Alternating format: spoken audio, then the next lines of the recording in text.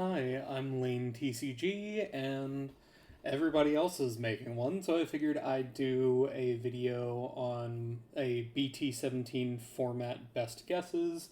So this is going to be like my tier list sort of thing, though I would like to say that I'm not going to promise this is going to be fully accurate to the meta as it actually develops in the West, but it's my best guesses based off of research of the Eastern metagame and also looking at the decks myself. So things may turn out different, but let's get right into it. I'm not going to sort things, I already have the list up. So you can just look at it and we'll go from there. So here is my tier list.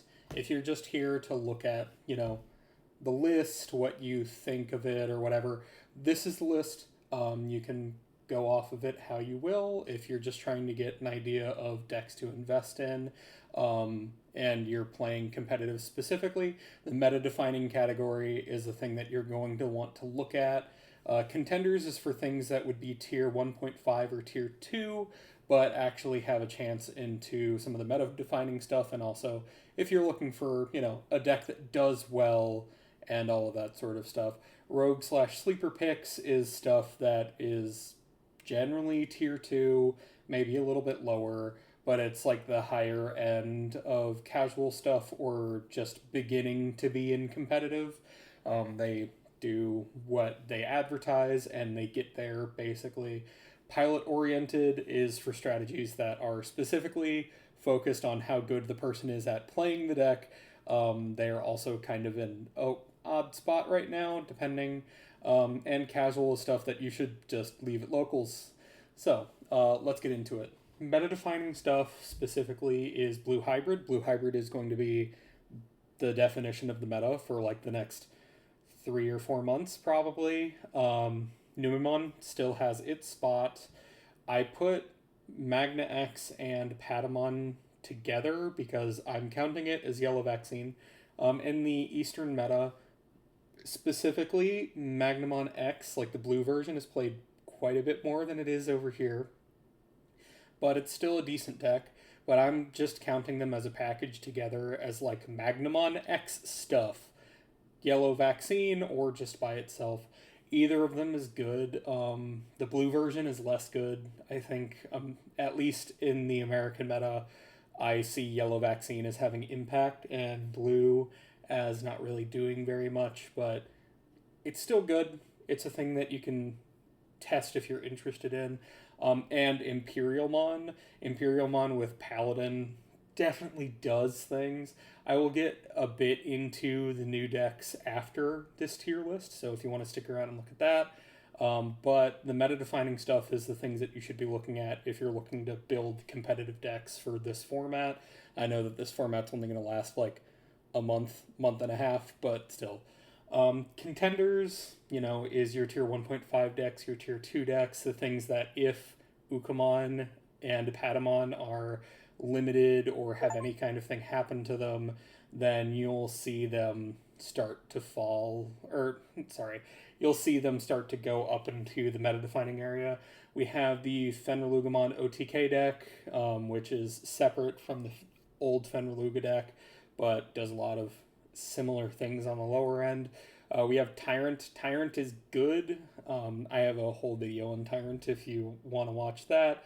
But Tyrant is good, but unless Ukamon and specifically Patamon are removed or dealt with in some sort of way, I don't think it's going to be meta defining. I think it's just good, and if you're a good pilot of that deck, you can do a lot of things with it.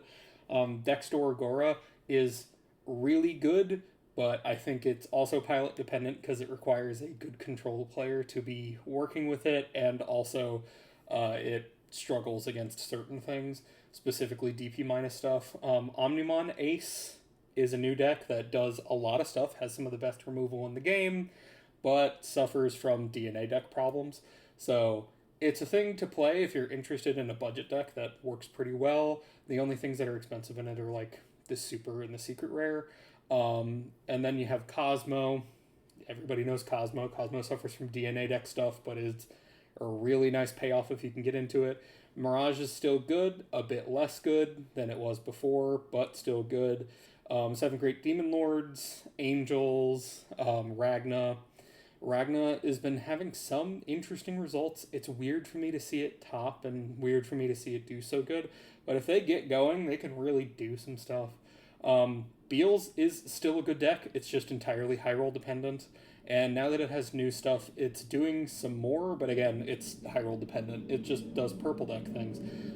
Red Hybrid is a contender, but it doesn't do as well or benefit as well off of the new stuff as Blue Hybrid does. It doesn't really abuse the Ukamon engine in the same way, so it's good. It's just not, up there.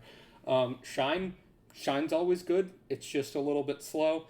And Gallantmon does Gallantmon things. I mean, he finally has protection on a card in the line. It's a miracle. Rogue sleeper picks. So you have your Pure Bunnies deck, Mirage. Pure Bunnies is good. It's just not, top tier.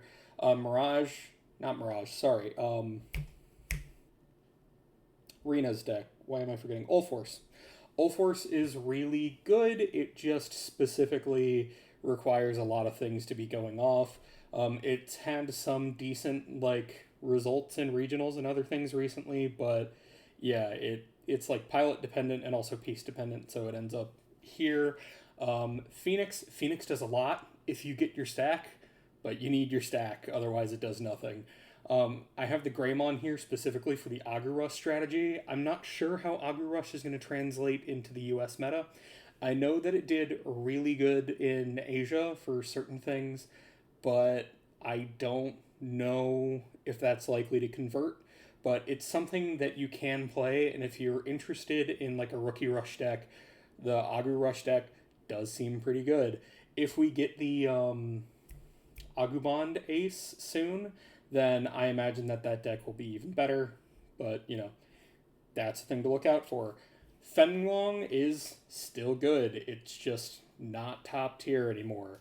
Diaboromon, good. It has a new option. If you ever win with that option, let me know. I am super curious how frequently that'll go off.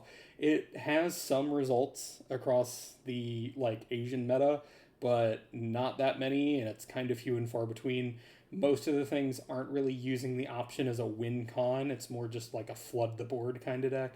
Sakuyamon does more things than it did previously, but it's still just kind of upper end casual, low end competitive.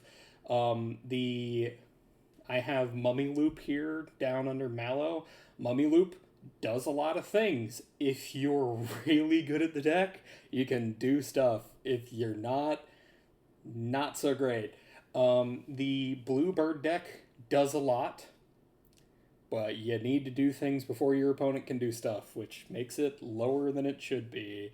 We have Kazuchimon for the Pulsemon deck. Pulsemon deck is good. It does more than it used to, but it's still high-end casual, low-end competitive. And then we have, Belphemon. Belphemon does a lot of stuff. Belphemon's still good into specifically Numemon. I think against everything else right now, he's gonna suffer a bit. So that's why I have him down here. If your local is filled with Numemon players, it's a pretty decent choice. But if you're going into a locals where people are going to be playing Ancient, or going to be playing Yellow Vaccine, or going to be playing, honestly, probably Imperial or anything like that, I don't know how it's going to go. Your mileage may vary on that.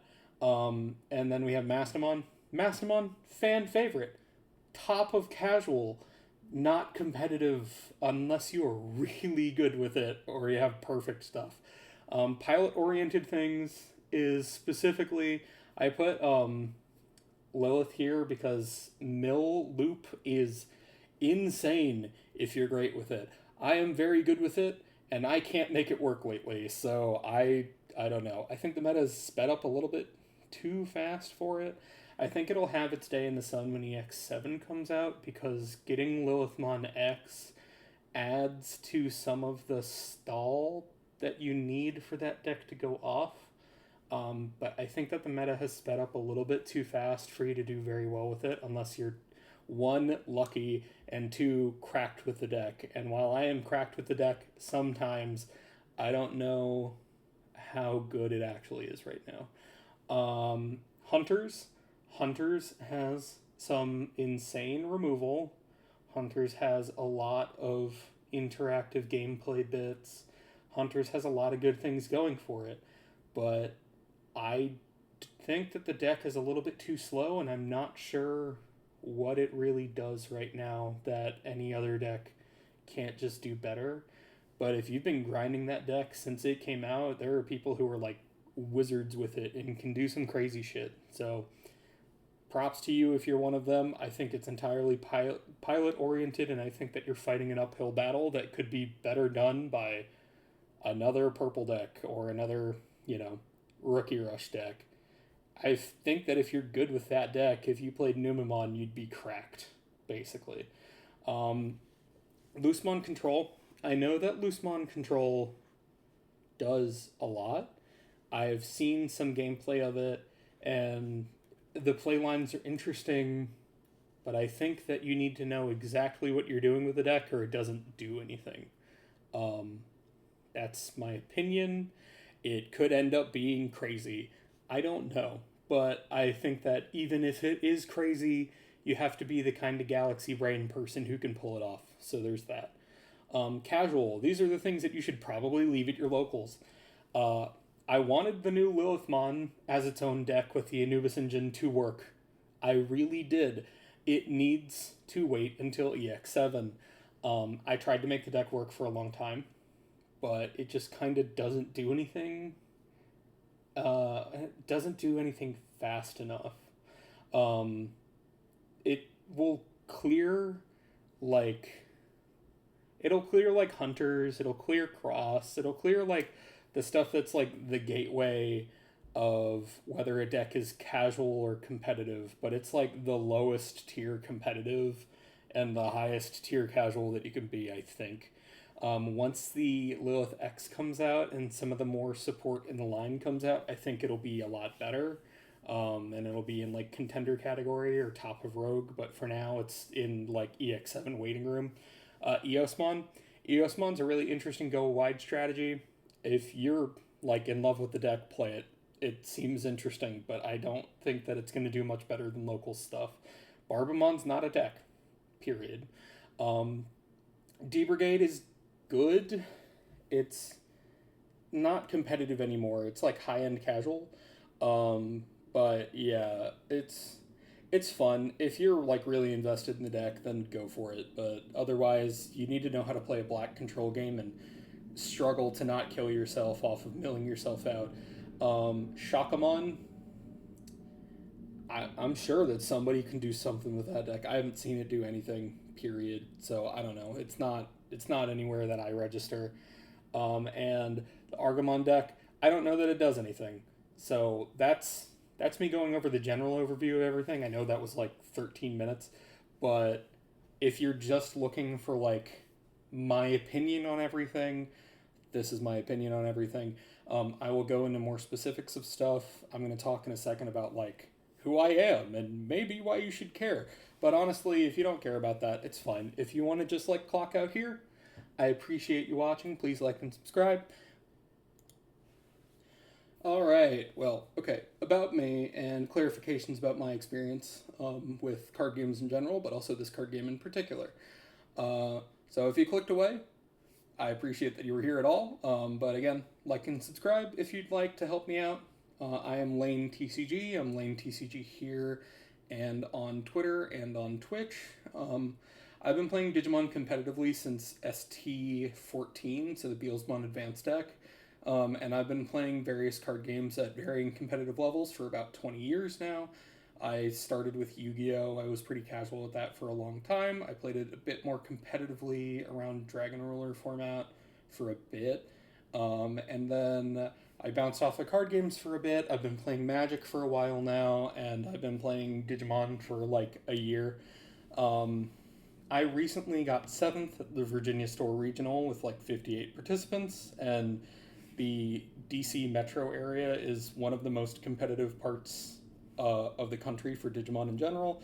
We have an extremely aggressive local, and I participate in like 2 or 3 locals every week, basically. I, play all the time, and I play in one of the more competitive places that you can play. I'm primarily a control player. I have an affinity specifically for black and purple as colors, and I have strong opinions about this game like most competitive players do. So I'm going to freely admit that I'm biased. My opinions on everything are biased, and because I haven't been testing so much for this set yet, because I like to have physical cards, I may be wrong. I'm just going to freely admit that I could be wrong on most everything. I'm pretty sure my opinion of the top cut is accurate because I've seen a lot of stuff about all of them, but everything below that I could be entirely off base. I'm pretty sure about the things that I've done extensive testing on, like Tyrant, but for everything else, it's up in the air. So I haven't done much testing for BT17 as of yet. I've watched a lot of gameplay. I've watched a lot of the content creators that if you're in this space, you've probably seen as well.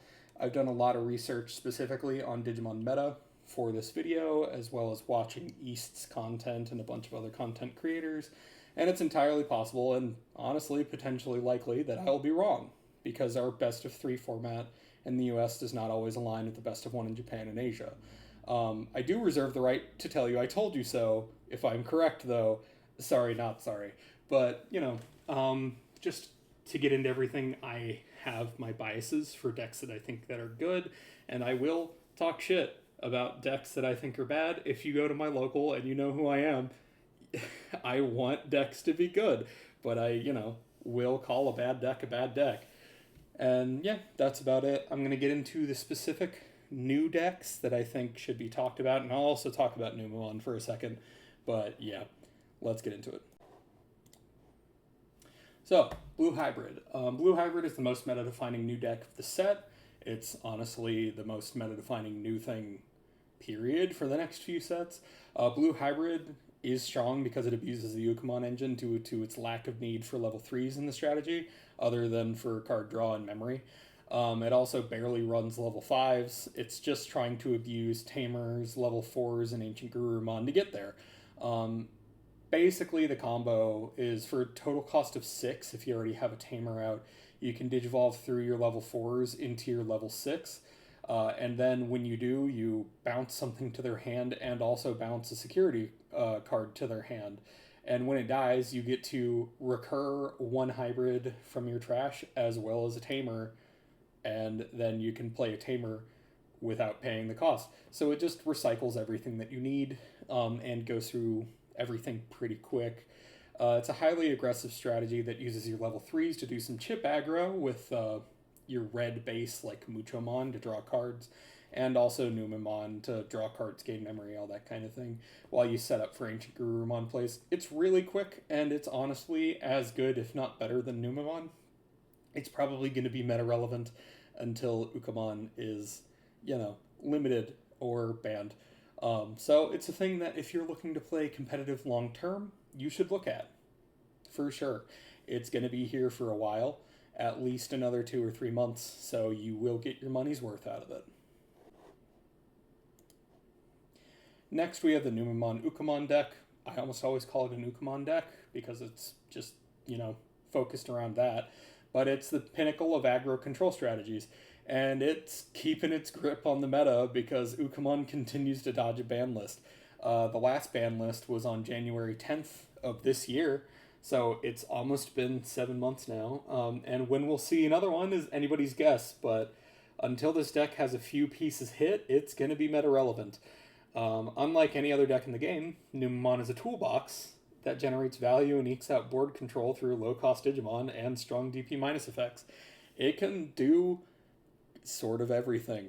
It can give your opponent security -1 if you want to run that Garurumon. It can do minus DP things with Monzemon X. It can technically de-Digivolve if you want to run Waru Monzemon, which is not as good, for sure, but it can do things. And as it gets new generic, yellow aces and other things, it'll do even more random stuff to control the meta. And because it doesn't need any level 3s at all, you can run any floodgate into anything that's powerful. So it's just kind of a toolbox to deal with what's good. It and Blue Hybrid's ability to abuse the Ukamon engine is what puts them the highest on the list and makes everything else have to plan around competing against it or getting around it. There is a reason why the Numanukan deck and the Blue Hybrid deck are still at the top of the table in the Japanese meta, even now. They both can abuse this card like nothing else can. Other decks use 2 to 4 of the search Ukamon, but most of them don't use the memory one, and being able to add all of them together makes it so that they can just get value off of stuff that nobody else can, because other decks require level 3s to function, and these decks just don't in a way that matters. So you'll see these decks be the top of meta for a long time until they either limit Ukamon or until they make another engine that's as easy to abuse or as generic to abuse, even if it's just for specific colors. Like if they made a black engine that was generically good with any black deck that was decent, then we would see that in the same sort of way that we do for Ukamon. Ukamon's just so generically good because it can go on anything. And currently that's why they're so good. We're going to get into everything else because it's kind of them and then everything else, even if the other stuff is still at the top of the table. So, Yellow Vaccine Magna X. I recently made a video on the Vaccine engine. You should watch that. But the Yellow Vaccine engine is extremely good. Yellow Vaccine is one of the most explosive decks in the current format and can funnel into strong level 6s quickly and continuously generate memory and put pressure with giant unaffected bodies with Omnimon X, potentially 2 if you're lucky enough. And while it may not be as strong as the other 2, it still sits firmly with the rest at the top of the table. If we see a ban list, if they don't hit the Vaccine engine at all, like if they don't hit Patamon or the TKs that enable Patamon or anything else, expect to see this at the very top of the meta until something else that's easy to abuse comes along. Yellow Vaccine is crazy. You should watch my video on it. I talk about it as an engine in general, but also this deck in particular a bit more. We'll go on to the next stuff now. So, Imperial Dramon. Imperial Dramon is really good. They added new support in this set that makes a deck that was already pretty strong more consistent now, and it has the most source stripping out of any deck ever. Return of the Primogenitor, the new option, works as a stronger training for the deck, letting you digivolve for a cost of 2 into anything level 5 or higher other than Paladin mode. So you can go into Pale, specifically, if you don't have your second stack for a cost of 2 instead of 4. So if you brick, it's not quite as bad. And you can also go into your Imperial Dramons that aren't Paladin mode, because Paladin mode's a vaccine, and it goes into a free. But you can do that for much cheaper, and then when you do, you place it on the board with the delay effect. It becomes basically a face-up protection source. So when a Digimon would die, you can instead digivolve it into something with Imperial Dramon in its name to prevent that deletion. So you can go into a Dragon mode, or a Fighter, or a Paladin mode for free to stop your thing from dying. Paladin mode, specifically, when you digivolve into it, trashes all Digivolution sources and then returns a bunch of stuff from the trash to the bottom of your opponent's deck. And if there was a level 7 white card in there in particular, you gain memory back. Also, when attacking, if your opponent has something with no sources, you return it to the bottom of the deck to unsuspend. So this deck has the most ways to get rid of sources and swing with jamming over and over while stunning your opponent's board or bottom decking things. It's crazy. The only thing that it has problems with is your general DNA deck problems, where you need multiple things. Return of the Primogenitor helps with that, because you can get into your Paladin better, but not being able to partition or activate other things definitely hurts. So, it helps with consistency, but it's still a thing where, like, the deck has some problems, but it's just cutting away better than most of the other new stuff. So it's a thing to look out for if you're interested in playing a DNA deck or you just really like Imperial Dramon. So, Fenra OTK. Fenra OTK is a new version of the deck. It honestly veers away from what the deck previously did and goes into an OTK playstyle similar to Alphamon. Better than Alphamon, but similar. The new name of the game is to use your when attacking and when digivolving effects from the line to load your trash with Fenra Takumi Kazuchi, and a Kazuchimon, so that rushing into your Fenra, you can play out Kazuchimon to resolve board thinning effects like DP minuses and other stuff. And then you keep turn using Fenra's regular condition of only passing the memory at 3 because it becomes an inherited for the new Fenra for that. And also, when you swing with Fenra Takumi Kazuchi, if you have a Kazuchi under it, you also DP minus something when you swing. So it's really nice for that. Because it requires a graveyard, it's vulnerable to Imperial Paladin mode, and it's more consistent than some OTK decks, but like all OTK decks, it's kind of feast or famine on whether you go off. It's why it's in Contender instead of in, meta-defining. Is OTK decks are going to do OTK deck things. If you don't have everything, then you're fucked. But otherwise, you're going to go off. And it's a new playstyle from previously. I know a lot of people who played the previous version aren't super hyped on this, but it's a thing to look at if you want to do, like, Alphamon stuff. It's just different version of a similar thing. So look forward to that if you like that kind of stuff. Dexororon. Dexororon's the closest thing in the upcoming format to a proper black-purple control deck, which means it's my favorite. It's a contender, but not nearly the strongest in the format. The deck needs the AG and Lugamon purple base to go fast enough to get into your control board state, but the deck is made to get value off of swinging and digivolving from your trash. So each of the new deck stuff in the line can digivolve from trash to prevent deletion and get extra effects for doing so. So you basically get a free swing, and then if you get punished by a blocker or their security Digimon or whatever, you digivolve and get an effect, and the thing stays on the board. Dorogoromon also forces your opponent to block, and then if your Dorogoromon would die, digivolve into decks for free, de-digivolve up to 3 one of your opponent's Digimon, and then delete everything with the lowest level. So it has some really, really nice removal effects, and because it's forcing your opponent to block, you can kind of do it for free. The issue is that Imperial is strong in the format, and because it requires a trash to do things, it's really vulnerable to Imperial just spinning everything to the bottom of the deck.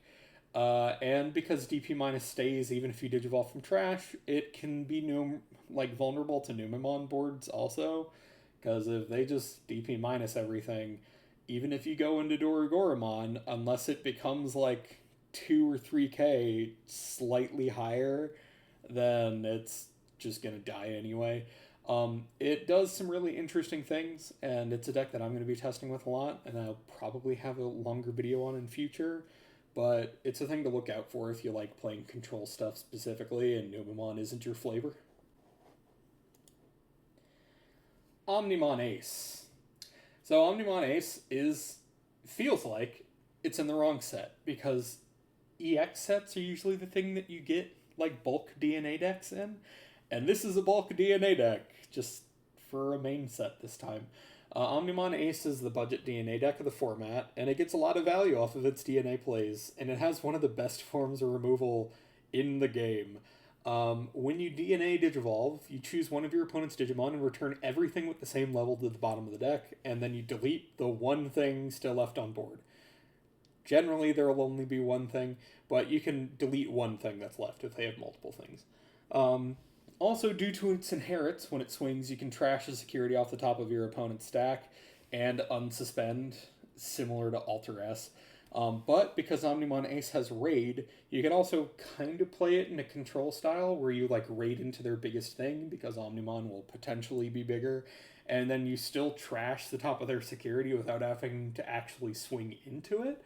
So it does have its place, and it is pretty strong.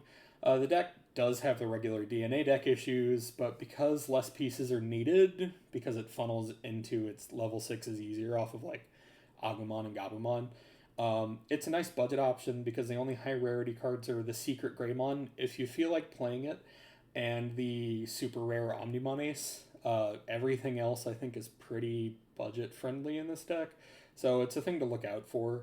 I'm not sure that the Greymon is going to be super expensive, but also I'm not Mario. I don't do market watch, so I don't have the idea on what it's actually going to be at.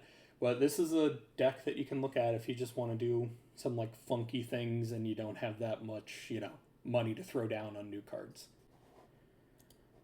And I'm just going to get into everything else here because there's not really that many things to talk about with the other new stuff.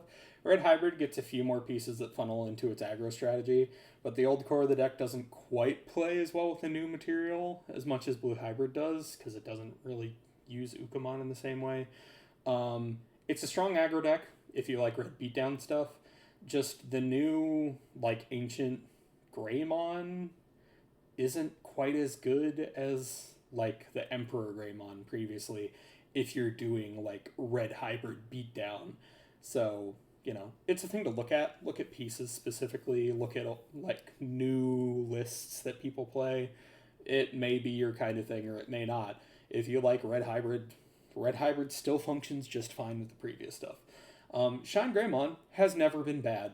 I am a hater on that deck in particular. It's just a thing that I really dislike playing against. But the problem is it's not bad. It's never been bad. It's just kind of slow currently.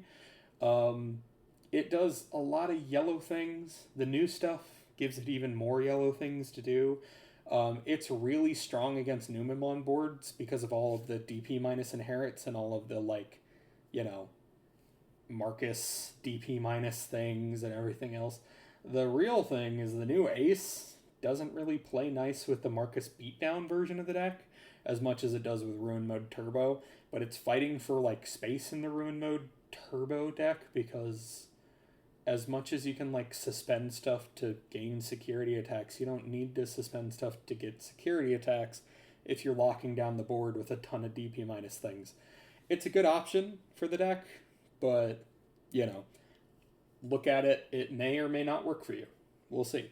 And Gallantmon's fan favorite, and the new options give the deck some aggro and defense potential because it can give itself blocker now on the level 6, and also has a basic form of protection on the level 6, which is a new thing for the deck. Also, having the Ace strip security for cards in trash plays into the strategy well. It's a thing to look at. If you love that deck, play that deck. It has some good results in Asia, and people love this thing. So, like, it's going to do what it does. It still goes pretty hard. And that's about it. So, please like and subscribe, share with your community, follow me on Twitter or Twitch. The top of the meta is a bit more diverse than it has been in the past, and the Contenders category is getting wider and wider with strategies that are viable, but aren't quite there in terms of muscling out everything else. Honestly, the one nice thing about that set is that it powers up a lot of fan favorite archetypes, so follow your love, build what you like, but if you want to be a degenerate and play stuff for crushing your opponent, Blue Hybrid, Numanukan, Imperial, and Yellow Vaccine are pretty good, things to look at and grind if you want to, like, beat people. If things get limited, like Ukamon and Patamon, Tyrant and Dexororon will be pretty good, but there will probably be some other decks that come up pretty hard if those are limited. So keep your eye on stuff. We'll see if a ban list comes, but it's been like 7 months, so I'm not hopeful for something anytime soon. Honestly, they may just develop a new engine that's worse than Ukamon for, speed. So we'll see about that. Who knows? So you can follow me on here or on Twitter or Twitch at LainTCG. My model is by Be a Big Shot or Arabiataho. And my banner is by Yo-Yoms on Twitter. You can find them there. I'll also have them in my description. And thanks for watching. I appreciate it. Hope you have a nice day, and peace.